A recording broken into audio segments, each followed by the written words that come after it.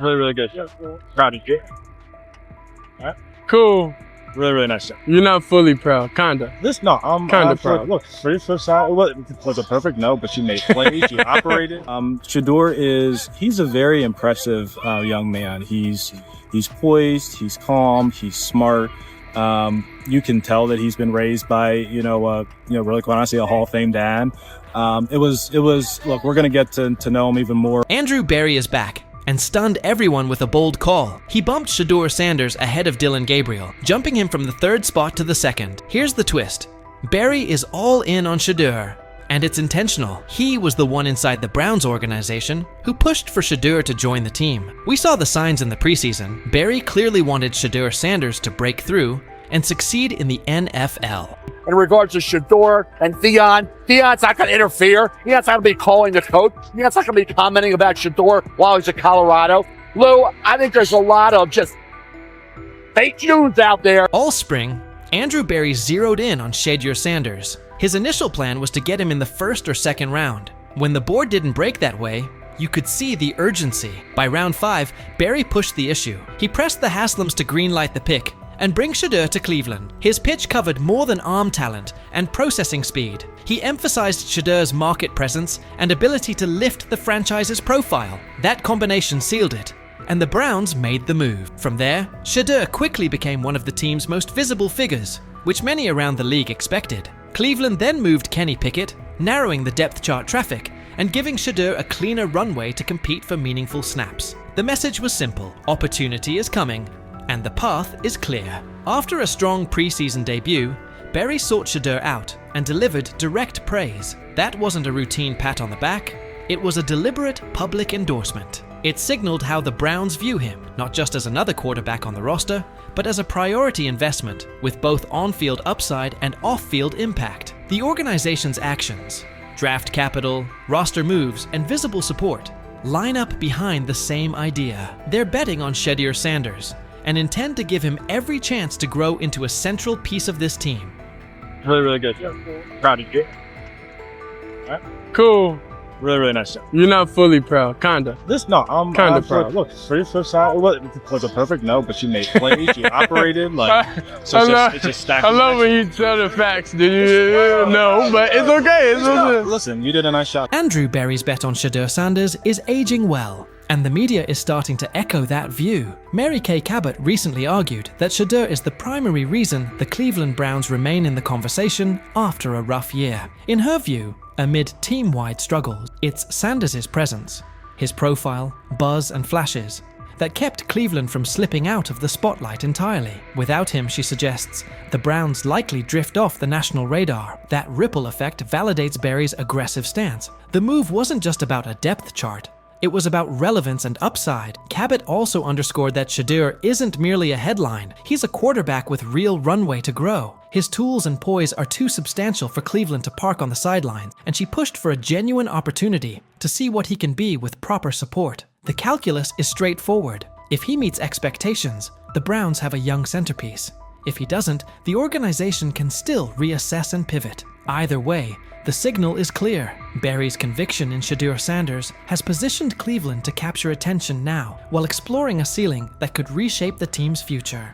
It was too much value to pass up there, a developmental quarterback that they could take a look at and just kind of see what they had. Right now, his upside clearly outweighs the downside. It's a bet the team can't ignore. After Shedeur Sanders' tough preseason outing, when critics jumped in, Andrew Berry didn't let it drift. Instead of excuses, he acted. He pulled the entire offensive line that had been on the field with Shedeur. That decision shook the building and made the front office's stance obvious. Protect the quarterback, give him a fair evaluation, and set him up to succeed. It signaled full investment in his development. Berry's move wasn't just a swap of personnel, it set a standard. He pushed for accountability, demanded changes, and focused on building a setting where Shedeur can grow instead of being put in losing spots. It's one of the strongest steps in reshaping the Browns roster and shows real trust in Shedeur's trajectory. There's also a bigger plan here. These choices aren't only about one game. They're tied to the long-term quarterback picture. With Dillon Gabriel's physical limitations and Kenny Pickett gone, the front office knows it needs a quarterback who can handle NFL speed and punishment. The post-Joe Flacco roadmap depends on getting this decision right. After all of that, Kevin Stefanski's latest comments flipped the tone. He's now publicly backing Shedeur's growth, regardless of outside noise. That's notable because Stefanski previously downplayed Shedeur's upside and critiqued him. With Pickett out of the mix, the focus has shifted. Shedeur's size, strength, and on-field tools are giving him a real edge over Gabriel. While there are ongoing questions about Gabriel's frame, Shedeur looks like the more complete option. That difference could be what pushes him up the Browns' depth chart. I don't concern myself with outside type of things, but I'm committed to his development, just like all of our rookies. So we'll continue to focus on getting our guys better, and that's what we'll stay committed to, and that's what's important to me. TJ Houshmandzadeh has weighed in too, saying the heat on Kevin Stefanski is rising, and a lot of it stems from Andrew Berry's aggressive choices. Houshmandzadeh pointed out that the microscope on Cleveland's quarterback plan is getting sharper, leaving Stefanski with little room for error. His warning was direct. If Stefanski keeps capping Shedeur Sanders' role or downplaying his importance, it could put his job at risk. With the front office and fan base tracking every move and Berry firmly behind Shedeur, any attempt to slow him down could push Stefanski onto the hot seat. Bottom line, Berry's steadfast backing of Shedeur Sanders now defines the Browns' quarterback landscape, and the ripple effects are everywhere. From the early draft push to the decisive preseason calls, Berry has made it clear he intends to give Shedeur a real runway. That stance hasn't just shifted the depth chart, it's also forced key figures, Stefanski included, to recalibrate their approach. What used to be a conversation full of doubts about Shedeur's ceiling has turned into a high-stakes pivot point, with Berry's conviction driving the agenda. As the pressure builds, Stefanski stands at a decision point. The spotlight on Shedeur, the expectations from fans, and the backing from the front office leave minimal margin for missteps. Stefanski has to balance his system with the reality that Berry's faith in Shedeur is now central to the team's direction. The future of the position in Cleveland may hinge on how well Stefanski manages that balance. With Berry all in, the trajectory looks promising. Was out there, I talked to Denzel Ward.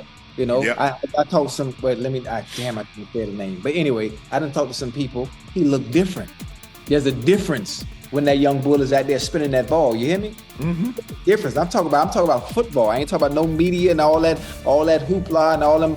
On Twitter they putting up the numbers. He was 10 for 12 for 2 touchdowns. I'm talking about when he's at the helm, he looks different. Whether he's going with the first team, second team, or third team, it don't matter. From being buried on the depth chart as a fourth stringer to suddenly becoming a standout on the second team, Shedeur Sanders just pulled off the most impressive quarterback comeback since Tom Brady made the world believe he wasn't finished at 40. What is it going to take for you to just buy in to Shedeur Sanders when players all around him are telling you how different he looks, how good he looked, how he just has that aura to him? Because it seems like all the players that are around Shedeur Sanders have nothing but great things to say about him and love him. Because again, he clearly just looks different than the rest of the competition that we've seen. And like I said, the last time I've seen guys go for or say things about a certain player like that, it was Baker Mayfield. So could 12 be that guy? How long until we see 12? Because I feel like it's just a matter of...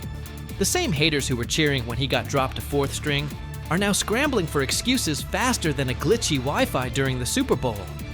Get ready, because this isn't just a step up on the depth chart. It's a serious reality check that's got the critics choking on their own words with a big helping of humble pie. Being said, I see some balls coming out of Shedeur Sanders at that game, and I'm like,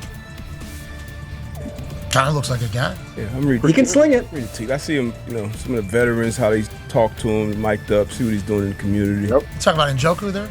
Njoku, Mike Knapp. Yeah, once you see, different little interactions and things like that, I know he has the talent. We'll see. It'll be a competition that usually brings the best out of guys, especially young guys. So I'm interested to see how that quarterback situation. I've heard he's been outstanding. The Cleveland Browns training camp just turned into the most talked about event in town. All thanks to Shedeur Sanders, who took his spot as fourth string and used it as motivation for one of the most impressive rises the NFL has seen in years. While everyone was busy counting him out and calling his career dead, Sanders was quietly putting together a performance so good that coaches are saying they haven't witnessed anything like it in the last 15 years. Drafted in the 5th round, all that means nothing when it's time to play football and that whistle blows. He looks different than the rest of the competition. That's what I heard. And I'm talking from a, not Brother Ward. I'm just talking about from sources that's in that room, that's on that field, that's playing the sport. Man, come on, man. Yep, coaches with decades of experience are honestly scratching their heads, trying to figure out how someone goes from being a practice squad afterthought to seriously competing for a starting spot in just a few weeks. Thing is, they never planned on taking him. The problem is, like Ocho Cinco said, you got somebody that has endeared himself to the locker room. And guess what? The difference between him and Tim Tebow, the biggest one, is he can play. He can throw the ball. Tim Tebow running around being an H-back, he can throw the ball. And he's done everything he needs to do. He ain't saying nothing. He ain't rocking the boat. He ain't mad about the reps. He ain't mad about none of that. All the people out there want to see is this, like Tyver said earlier. We want to see what he can do with Jerry Jeudy. That's it. I want to see what he can do with David Njoku. I want to see him with Junkins. I want to see him with the first running backs. If you are cooking, if you are beating down the doors with the 3s and 4s, guess what? You deserve more. That was a bar. It rhymed. It was. Remember when Mary Kay Cabot dropped that bombshell report saying Shedeur Sanders was the 4th string quarterback? The internet blew up faster than a Michael Bay explosion. Critics came out of nowhere, like ants at a picnic, rushing to call his NFL dreams dead on arrival. They claimed he was only shining against guys who'd either end up on practice squads or be out of the league by September. They pointed out he wasn't getting reps in 11-on-11 drills and said he needed to earn his way up the depth chart. Dude, listen, the guy, all I can say is that he goes where the ball's supposed to go and it looks the way it's supposed to look. Mm-hmm. And when I hear that tells me it sounds like the Browns may have got a steal with Shedeur Sanders in the 5th round, because I think he'll have a chance. I'm not saying he's going to be the starting quarterback in September, like week 1 or 2 or whatever it may be early in the year, but I think he's got a chance to develop into something that hopefully would preclude them from having to draft a quarterback first overall or top 5 next year. Like you said, I see some balls coming out of Shedeur Sanders at that game, and I'm like, kind of looks like a guy. Yeah, I'm reading. He can sling it. I see him, some of the veterans, how they talk to him, mic'd up, see what he's doing in the community. Yep. You talking about Njoku there? Njoku, Mike Napier. You once you see, different little interactions and things like that, I know he has the talent. We'll see. It'll be a competition that usually brings the best out of guys, especially young guys. So I'm interested to see how that quarterback situation. I've heard he's been outstanding. Funny how the tables have turned. Those same critics are now watching Sanders climb the depth chart like he's scaling Mount Everest with rocket boosters. The guy they wrote off is now the one they can't stop paying attention to. Every completion sends a message. Every perfect throw is a reminder that real talent doesn't stay hidden forever. And with every practice, he's showing that maybe, just maybe, the Browns stumbled upon their hidden gem. One thing for the fans to sit here and hype up Shedeur Sanders, because we all know how we get about certain players that we like. But it's another thing when you hear it from players who are actually on the field, who are actually in the locker room, who are actually next to this guy every single day. Because I'm sure we've all seen the quote by now by Chad Johnson when they were on the nightcap, and he talked to some young bulls. He talked to Denzel Ward. He didn't want to give away his name, but he already did it. And he said that Denzel Ward says he looks different from the rest of the competition. We've already been seeing. When word got out that Shedeur Sanders officially moved up to second-team reps, passing Dylan Gabriel along the way, the shockwaves hit from Cleveland all the way to Canton. This wasn't just some small roster tweak, this was huge. One day he's throwing passes to practice squad guys, and the next he's running with the second team, putting real pressure on the starting quarterback spot. The promotion came after Sanders completely dominated minicamp, showing toughness, leadership, and total control on the field. His passes were right on target, hitting receivers in stride. His decision-making was sharp as a blade, and his grasp of the playbook had coaches nodding like proud parents at a school play. But this wasn't beginner's luck. It was steady, calculated execution that the coaching staff just couldn't ignore. And I don't know, there was never no one thought he was this malcontent or like a bag. It wasn't. That was the word. That was kind of what was being said. That was kind of what was being said. No. The pre-draft process was so unorthodox that he didn't go through it all like everyone else did. And I think there's a lot that we can look back on this thing, especially if he becomes a star in this league and say, you could point fingers in a million ways. Not having a pure agent, not having the workouts that everyone else did, going to these teams, not necessarily being as willing to throw the ball when asked at the All-Star games, like that kind of stuff I think might have stung him and might have turned teams off. But when Stephen A. Smith starts singing your praises, that's when you know you've officially arrived. The ESPN personality, famous for his fiery takes and no-nonsense analysis, didn't just mention Sanders. He gave him the full Stephen A. treatment. He praised Sanders not only for his top-tier football skills, but also for the intangibles that separate the good from the great. This kid's mindset puts him ahead of the pack, Stephen said, with the confidence of someone who's seen enough football to spot greatness from a mile away.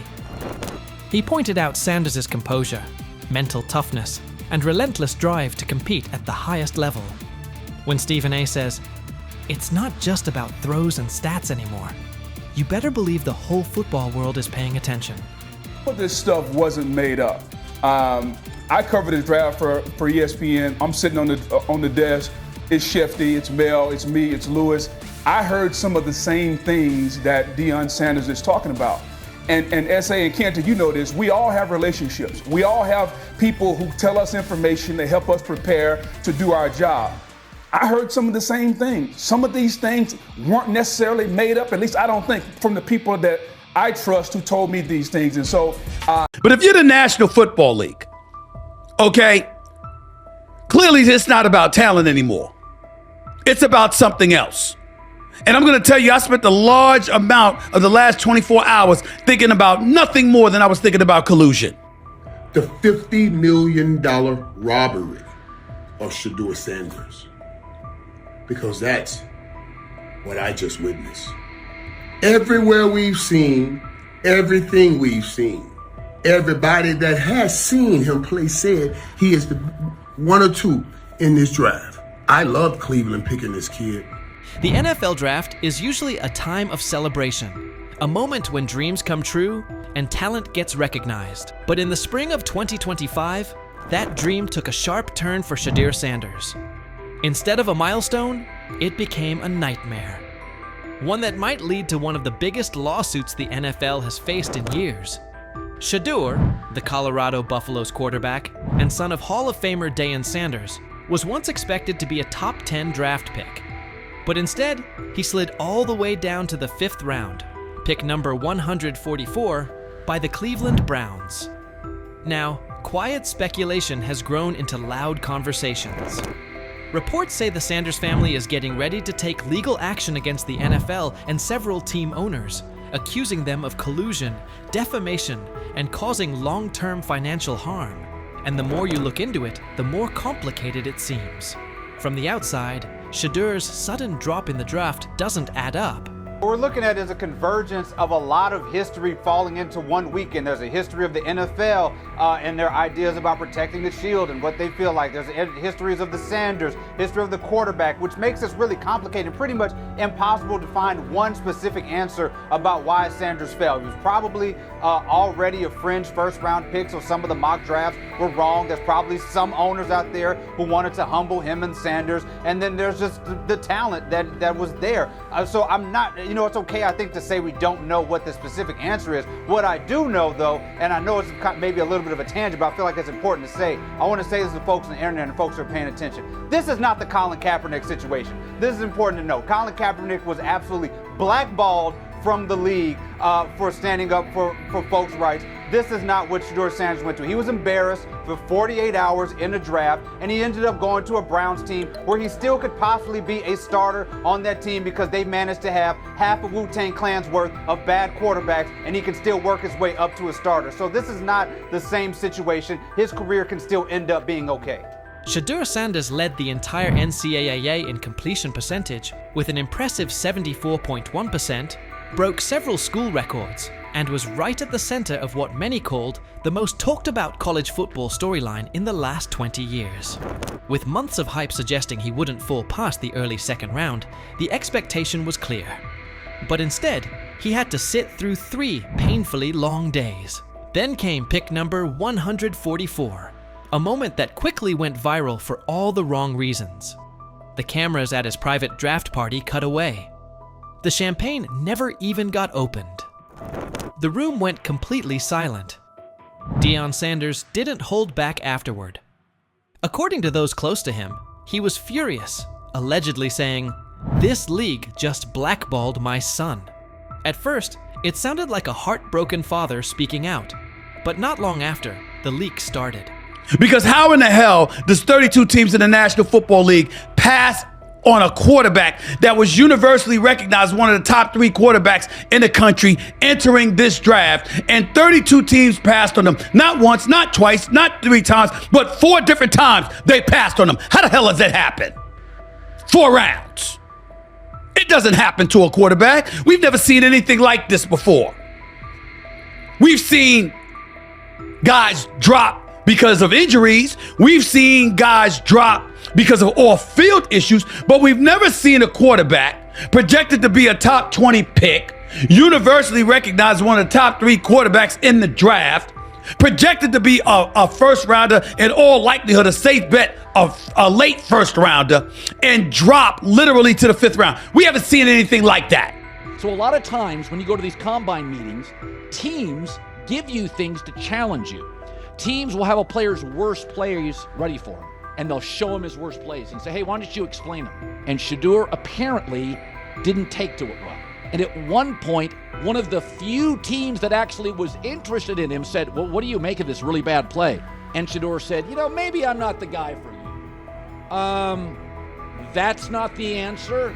Another moment, what they do during the film and the combine and the meetings is teams will install mistakes intentionally planted in the install, and they want you to catch them. Shedeur didn't, and when a coach called him out, once again, it didn't sit well. It's like, bro, there's not many teams needing quarterbacks, especially since Pittsburgh appears to have a deal with Aaron Rodgers and Tennessee's getting Cam Ward. So you're down to the Giants, who were not interested at all, and Cleveland, who traded out of that 2 spot because clearly they were looking for next year's class like the Rams are. Based on internal messages uncovered by a private investigator working with Shedeur Sanders' legal team, messages that haven't been made public yet but are currently being looked into by several independent news outlets, it looks like a few NFL team owners may have raised red flags about the media frenzy and the branding baggage tied to Shedeur. Even more concerning, there are reported claims that some team ownership groups were having behind-the-scenes talks, quietly advising each other to steer clear of drafting Shedeur unless they absolutely had no choice. People close to the Sanders camp say these private conversations even mentioned things Deion said back during Super Bowl week. Those blunt interviews where Coach Prime made it clear they would call the shots and wouldn't play for certain teams. Basically, they were following the same playbook Eli Manning used. Will you step in Eli Manning like, Deion Sanders like, to the point where like you told him, "Hey man, I ain't taking that psych test with the Giants. I followed you after that. I said I wasn't taking it either." Will you step in and do some of that if it's the wrong organization and say he ain't going there? Yeah, but I'm not going to do it publicly. I'll do it privately. This time around, though, the league supposedly answered with a wall of silence and behind-the-scenes sabotage. According to insiders, the upcoming lawsuit is expected to claim that the NFL worked together to hurt Shedeur's draft stock, not because of his skills, but because of how things looked in the media, internal politics, and bruised egos. If they played the cards and picked him up in the 5th round, but I surely would like to know how they knew he would still be there in the 5th round. I've been on that stage for years and years and years. I've never seen them position the cameras in position, give forewarning about who's about to be drafted. I wonder if Cleveland got a call from somebody in the NFL saying, "We got to draft this kid. You just robbed this young man of $50 million. And it wasn't on his playing ability." Wow. Shame on you. Primetime Deion Sanders' natural bravado, coupled with that of his son. They say that the whole interview process wasn't that impressive when he showed up at the NFL scouting combine and refused to work out. That hurt him. The interview process while he was there hurt him, etc., etc. You know what, y'all? I get it. It makes perfect damn sense if he's drafted in the 2nd round. It's the fact that he fell to 5th that's alarming. After the draft, analysts on Fox Sports tried to make sense of the slide. Some said Shedeur wasn't a once-in-a-generation type of player. Others questioned his intangibles or pointed to the so-called baggage he brought with him. But instead of cooling things down, those comments only added fuel to the fire for Sanders' legal team. They're asking, how does a quarterback with a higher completion percentage than the #1 overall pick fall more than 130 spots? Why did draft experts rate him so highly, yet not one NFL GM publicly pushed back when he slid? From the Sanders camp's point of view, this wasn't just a case of a poor team fit. It looked more like a deliberate effort to send a clear message. Players don't get to control their future. That power belongs to the league. And nothing seemed to capture that message more clearly than Colin Cowherd's widely shared line: "Nobody wants a celebrity backup quarterback." According to sources, that quote is already being looked at closely by attorneys and has shown up in early versions of the legal filing. To them, it's more than just a jab. It's part of the case.